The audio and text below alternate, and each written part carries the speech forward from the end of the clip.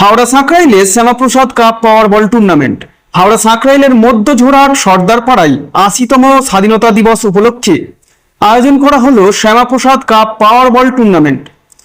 মধ্যঝোড়াট আমরা কজন সমিতির পরিচালনায় এই প্রতিযোগিতায় অংশ নেয় মোট ৮টি দল।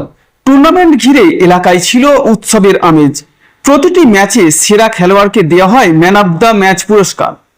ফাইনাল ম্যাচে ছিল আরও একাধিক আকর্ষণ, man of the match, man of the series এবং বেস্ট গোলকিপার পুরস্কার।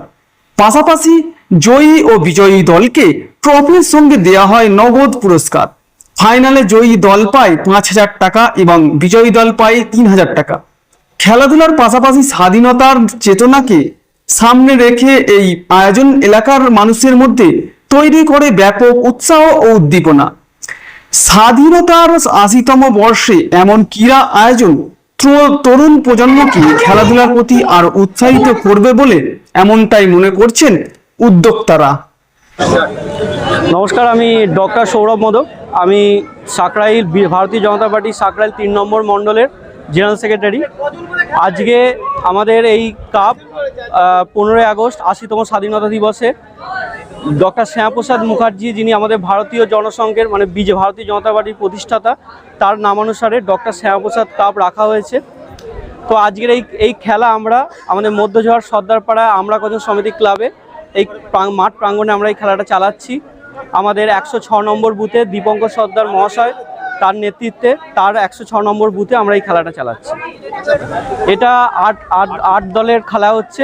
আর আমাদের এই খেলায় আপনার প্রতিটা ম্যাচে আমরা ম্যান অফ দ্য ম্যাচ দিচ্ছি। আর ফাইনালে আপনার man of the match, man of the series আর বেস্ট গোলকিপার, আর আমাদের 2 ট্রফি আছে রানার্স আপ অ্যান্ড উইনার্সের জন্য। আর এবং ক্যাশ মানি 5,000 উইনার্স আর রানার্স আপ হচ্ছে 3,000। দেখুন, বাঙালির কাছে সব থেকে আবেগের খেলা হচ্ছে ফুটবল। ফুটবল মানে বাঙালি এবং বাঙালি মানে ফুটবল। আর বাঙালির সেই ঐতিহ্য, সেটা আজকে প্রায় অনেকভাবে হারিয়ে যেতে বসেছে। এবং মানুষ যেটা জানতো না, যে ইতিহাসটা জানতো না, সেই ইতিহাসটাকে আগে ভুলিয়ে দেওয়ার চেষ্টা করা হয়েছিল। যে পশ্চিমবঙ্গের অন্যতম জন্মদাতা হচ্ছে ডক্টর শ্যামাপ্রসাদ মুখার্জি। ডক্টর সেই শ্যামাপ্রসাদ মুখার্জি, যিনি না থাকলে হয়তো আমরা এই পশ্চিমবঙ্গ দেখতে পেতাম না, বা বাঙালির ফুটবল শ্রেষ্ঠ ফুটবল সেটা হতো না। তো সেটাকে মাথায় রেখে এই যে উদ্যোগ দীপঙ্কর এবং আমাদের সৌরভ মোদক নিয়েছে, আমি অত্যন্ত অভিবাদন জানাচ্ছি তাদের। যে শ্যামাপ্রসাদ মুখার্জির নাম করে যে ফুটবল খেলা, এতে প্রচুর মানুষ উৎসাহিত হবে এবং ইয়ং জেনারেশন, বিশেষ করে যাদের আমরা জেনজি বলছি, তারা অনেক ইন্সপায়ার হবে যে খেলাটাকে আবার নতুন করে ফিরিয়ে আনা।